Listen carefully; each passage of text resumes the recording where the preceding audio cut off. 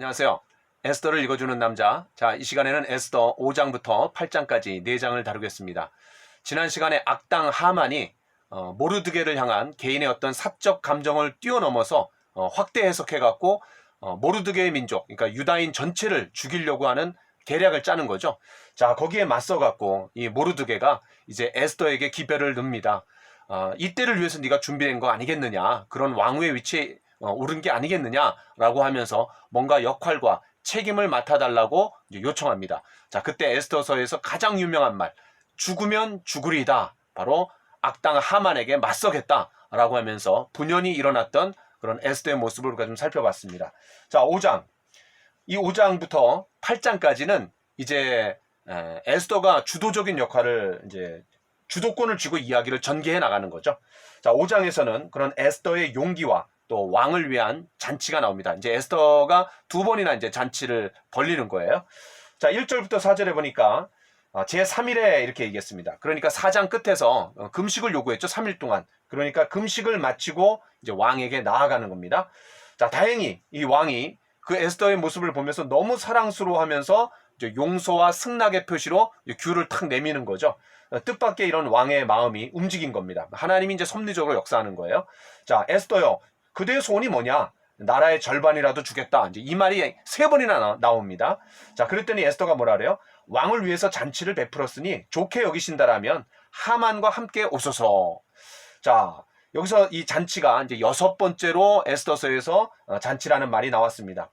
좀 더 유리한 고지를 점령하기 위해서 이 에스더가 단도직입적으로 어떤 자기 민족의 어려운 상황을 얘기하는 것이 아니라 이제 침착하고 현명하게 하만과 함께 잔치에 참여해달라, 이렇게 얘기하는 거죠. 하만 입장에서는 굉장한 영광이죠.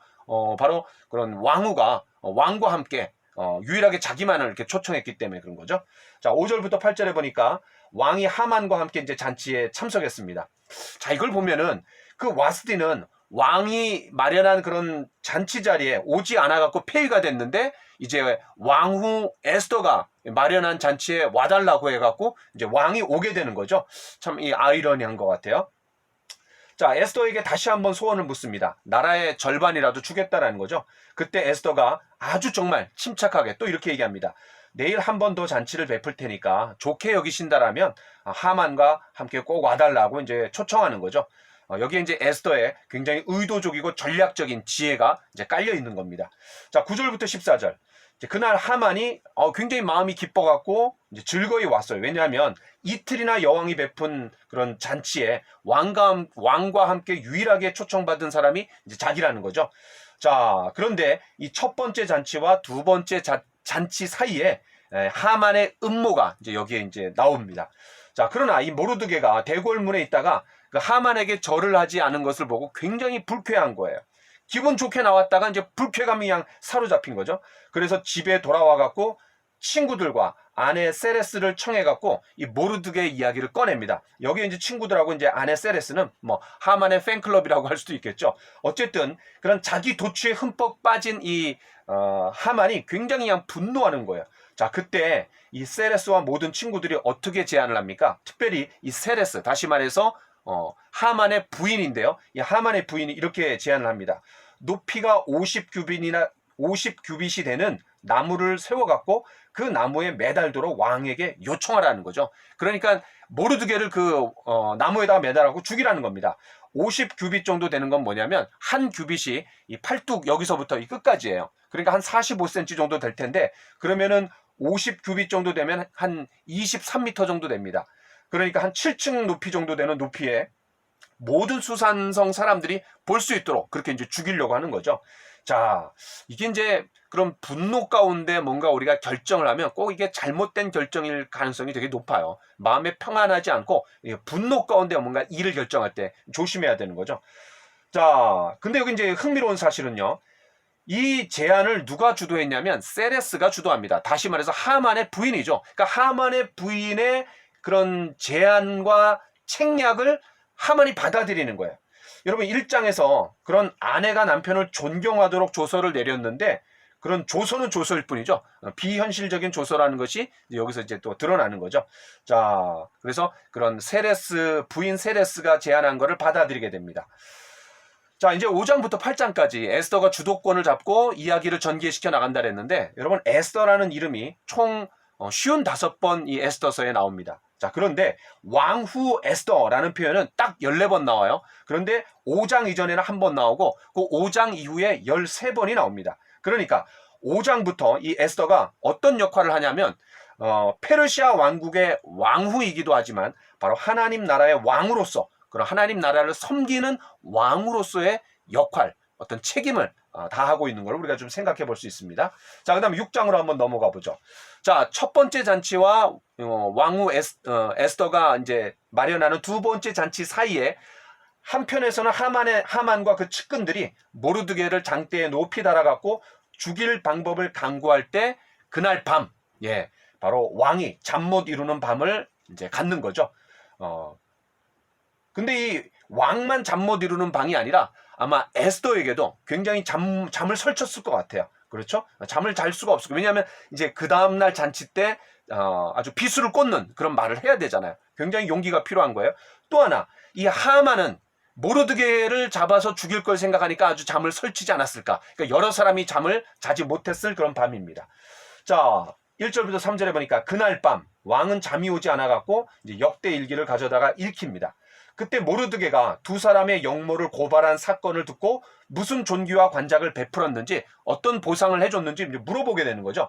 그러니까 우연한 기회에 2장 21절부터 23절에 그런 모르드게가 그런 영모를 이제 알게 되고 이제 에스더를 통해서 이제 왕에게 전하잖아요. 자, 그게 이제 기억이 되는 거예요. 왕이 이제 기억이 되는 거죠.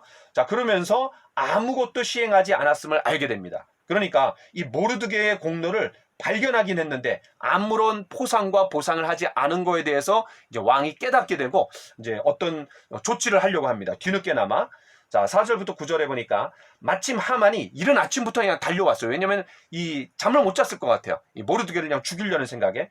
마침 하만이 자기가 세운 나무에 이 모르드게를 달도록 요청하려고 이제 왕궁으로 일찌감치 온 상태예요. 그러니까 잔치에 참여하기 전에 모르드게를 죽인다라면 그야말로 자기를 위한 잔치가 되는 거 아니겠어요? 자, 그래서 이제 왕이 하만을 불러갖고 이렇게 얘기합니다. 내가 존귀하게 여기는 사람이 있는데 어떻게 해주면 좋겠냐라고 이제 물어보는 거죠. 그때 하만이 자신 말고 누구를 왕이 존귀하게 여기나, 이렇게 과대망상증적인 이제 코미디, 이 실수에 이제 빠집니다. 하만이 완전히 그냥 착각인 거죠. 자기 도취적이고 자기 중심적인 하만이 빠질 수 있는 그런 실수였습니다. 그때 그냥 평소에 그렇게 생각을 왔는지 모르겠는데 즉각적으로 세 가지를 얘기합니다. 첫 번째는 왕께서 입으시는 왕복을 그에게 입혀주십시오. 두 번째는 왕께서 타시는 말을 그에게 주십시오. 그 다음에 말머리에 쓰는 왕관을 말머리에다가 이제 놓으라는 거죠. 왜냐하면 왕관을 그 모르드게 머리에 놓는 건 아니고 이제 그 말머리에다 두라는 거예요. 그러면서 왕이 존귀하게 여기는 사람에게는 이같이 하신다라고 외치게 하소서라고 이제 얘기하는 겁니다. 아마 평소에 꿈꿔왔던 그런 상황이 아니었을까? 공상에 빠져 있는 거죠. 자, 이런 공상이 이제 악몽으로 되는 내용이 바로 그 뒤에 나옵니다. 10절부터 14절 아주 대반전이죠. 왕이 좋게 받아들여갖고 모르드게에게 그렇게 시행하라고 누구한테 지시합니까? 하만에게 지시하는 거죠. 그러니까 하만이 왕복과 말을 가져다가 모르드게에게 입히고 자기가 말한 그대로 시행하는 역할을 합니다. 다시 말해서 이 모르드게의 도상 퍼레이드 때 그런 왕 입장에서는 2인자였던 하만이 그런 보좌하면은 그 모르드게가 더 영광을 받을 수 있을 거라고 생각을 했던 거죠. 그러나 이 하만 입장에서는 완전히 상황이 역전이 되는 거예요. 모르드게의 들러리로서 이런 하만이 수치를 당하는 거고, 또 동시에 모르드게는 굉장한 영광을 받게 되는 겁니다. 자, 하만은 머리를 쥐어짜면서 급히 이제 집으로 돌아오게 되죠. 그래서 당한 모든 일을 아내와 그 친구들, 하만의 어떤 팬클럽에다가 이제 말하기 시작합니다. 그랬더니 거의 예언 수준의 그런 충고를 이제 아내랑 그 팬클럽들이 합니다. 뭐라 그래요? 이제 모르드게에게 굴욕을 당하기 시작했으니까 능히 그를 이기지 못하고 그 앞에 엎드러질 것이요. 그 앞에서 떨어진다라는 거죠. 나중에 이제 그렇게 되는 거죠. 말이 끝나기가 무섭게 왕이 내시들을 보내갖고 하만과 잔치에 참여하게 됩니다. 아주 상황이 굉장히 빠르게, 급박하게, 무섭게 진행되고 있는 거예요. 자, 그러면서 이제 7장으로 넘어가는 겁니다. 자, 7장은 뭐예요? 이제 두 번째 잔치죠. 이 두 번째 잔치에서 원수 하만을 이 에스더가 고발하게 됩니다. 자, 1절부터 4절에 보니까 두 번째 잔치에서 왕이 에스더에게 원하는 것을 이제 세 번째로 묻습니다. 네가 원하는 게 뭐냐? 내가 나라의 절반이라도 주겠다. 자, 그때 아주 침착하게 이렇게 얘기합니다. 왕이시여, 내 소청대로 내 생명을 내게 주시고 내 요구대로 내 민족을 내게 주소서. 나와 민족이 팔려서 죽임과 도륙함과 진멸함을 당하게 되었나이다. 만일 우리가 노비로 팔렸다라면 그나마 내가 잠잠했겠지만 그래도 대적이 왕의 손해를 보충하지 못하였으리라. 그러니까 우리가 지금 다 죽게 되었다라는 거죠. 차라리 노비로 팔렸다라면 내가 뭐 잠잠할 텐데 지금 다 죽게 되었다라는 거예요. 그러니까 세 번이나 물었기 때문에 왕이 어떤 소원이라도 들어줄 수밖에 없는 그런 상황에 처한 겁니다. 자, 5절부터 7절. 왕이 누가 그런 계획을 품었어? 라고 그냥 노발대발하는 거예요. 그때 비수가 이 하만의 가슴을 그냥 후벼 팝니다. 뭐라 그래요? 대적과 원수는 이 악한 하만입니다. 라고 얘기하는 거죠. 그때 왕이 그냥 노해갖고 잔치 자리를 이제 떠나갖고 왕의 후원으로 갑니다. 자, 8절부터 10절. 왕이 이제 다시 돌아와 보니까 하만이 어떻게 하고 있어요? 에스더가 앉은 걸상 위에 엎드렸는데 뭐 살려달라고 애원하는 건데 왕의 입장에서 보면 어떤 모습이에요? 바로 강간하는 모습처럼 보이는 거죠. 그러니까 왕의 분노를 부채질하는 꼴이 된 겁니다. 그래갖고 이 하만이 모르드게를 달아 죽이려고 했던 그 장대에 하만을 달아라 라고 하면서 이 장대에 하만을 달아라, 이 지시가, 이 명령이 에스더서에 나오는 이 아하수에로 왕의 최초의 명령입니다. 야, 그게 이제 하만에게 이제 딱 떨어지는 거예요. 자, 그때 10절에서 뭐라고 얘기해요? 바로 모르드게를 매달려고 한 나무에 하만을 달아 올리니 왕의 노가 그치더라. 완전히 대반전이 일어났습니다. 자, 8장. 8장에서는 이 모르드게가 이제 제2인자 하만의 자리에 대신하는 거죠. 그 위치를 이제 대신 올라가요. 그래서 수상의 자리에 앉고 어떤 새로운 조서, 왜냐하면 유다인들을 다 죽이라는 그런 조서가 이미 내려졌기 때문에 그런 왕의 어인이 쫓긴 조서를 다시 번복을 못해요. 그래서 그거와 상응하는 어떤 새로운 조서를 내리게 됩니다. 자, 1절부터 2절에 보니까 왕이 하만의 집을 이제 왕후 에스더에게 하사하죠. 그런 죄인의 집이 이제 왕궁으로 귀속될 때는 이제 그 선물로 줄 수 있는 거예요. 자, 에스더가 모르드게와의 관계를 그때 이제 왕에게 알리고 왕이 모르드게를 제2인자로 삼게 됩니다. 그러니까 이 모르드게가 하만의 자리를 이제 대신하게 되는 거죠. 자, 3절부터 8절에 보니까 이 모르드게가 합당한 공로를 인정받자 드디어 이제 에스더가 정말 하고 싶은 말을 하는 겁니다. 그래서 왕 앞에 엎드려서 울면서 하만이 악한 꾀를 써갖고 이제 유다인을 해하려고 한 조서를 철회해 달라고 요청하는 거죠. 그랬더니 이 왕이 뭐라 그래요? 조서를 내리고 인장 반지로 봉인한 것을 내가 철회할 수가 없다. 다시 너희들이 원하는 대로 조서를 써갖고 왕의 반지로 그 인을 치도록 지시하는 거죠. 그래서 하만에게 줬던 그 왕의 도장을 이제 모르드게에게 줍니다. 다시 말해서 차선책을 제시하는 거죠. 자, 그래서 9절부터 14절에 보니까 3월 23일. 여러분, 야, 이게 중요하죠. 1월 13일 날, 첫 번째 조서. 유다인들을 다 죽이는 첫 번째 조서요. 그런데 3월 23일입니다. 약 70일 정도가 소요된 거죠. 자, 요게 아주 상징적인 숫자 아니겠어요? 70년 동안의 포로 생활을 상징하는 거죠. 자, 그래서 요 70일 후에 바로 모르드게가 다시 조서를 써갖고 모든 곳으로 보냅니다. 그 내용이 뭐예요? 조서의 내용이 뭐냐면 유다인들이 함께 모여 스스로 생명을 보호하고 각 지방의 백성 중 세력을 가지고 그들을 치료하는 자들과 그들의 처자를 죽이고 도륙하고 진멸하고 그 재산을 탈취하게 하되 12월 13일 하루 동안에만 하라. 바로 이날이 이제 유다인들이 다 죽는 날이었는데 그 제비 뽑힌 날 아니에요? 근데 그 날이 바로 그런 원수들과 대적들이 죽는 날이 되는 거죠. 자, 이제 여기에서 중요한 건 뭐냐면 모든 공격에 대해 갖고 방어권을 인정하는 거죠. 그러니까 유다인을 치려다가는 그날로 죽임을 당할 수 있는 날이 되기 때문에 그런 그들이 이제 그렇게 하지 않았을 것 같아요. 어쨌든 선제 공격하라는 것이 아니라 이제 자기를 방어하라라는 그런 차선책을 이제 조서로 내리게 됩니다. 자, 15절부터 17절에 보니까 모르드게가 푸르고 흰 조복을 입고 큰 금관을 쓰며 또 자색하는 베옷을 입고 왕 앞에 나오는 거죠. 자, 수상으로 등극하는 겁니다. 이렇게 왕이나 높은 위치에 있는 사람이 이제 자색 옷을 입었는데 여러분 누가복음 16장에 보니까 그런 나사로와 그 다음에 부자가 있는데 그런 자색 옷을 이 부자가 입었다라는 거죠. 자기가 왕처럼 여겼다라는 거예요. 자, 수산성이 즐거이 부르며 기뻐하고 유다인에게는 영광과 즐거움과 기쁨과 존귀함이 더해진 거죠. 자, 왕의 어명으로 잔치를 베풀도록 하고 이제 이런 모든 상황이 이제 종결됐으니까 왕이 또 잔치를 베푸는 겁니다. 그날을 명절로 삼는 거죠. 자, 본토 백성이 그런 유다인을 두려워하게 되고 여기 이제 중요한 대목이 나옵니다. 유다인이 되는 자가 많았더라. 다시 말해서 유다로 개종하는 사람들이 많았던 거죠. 자, 여러분 창세기 12장 3절.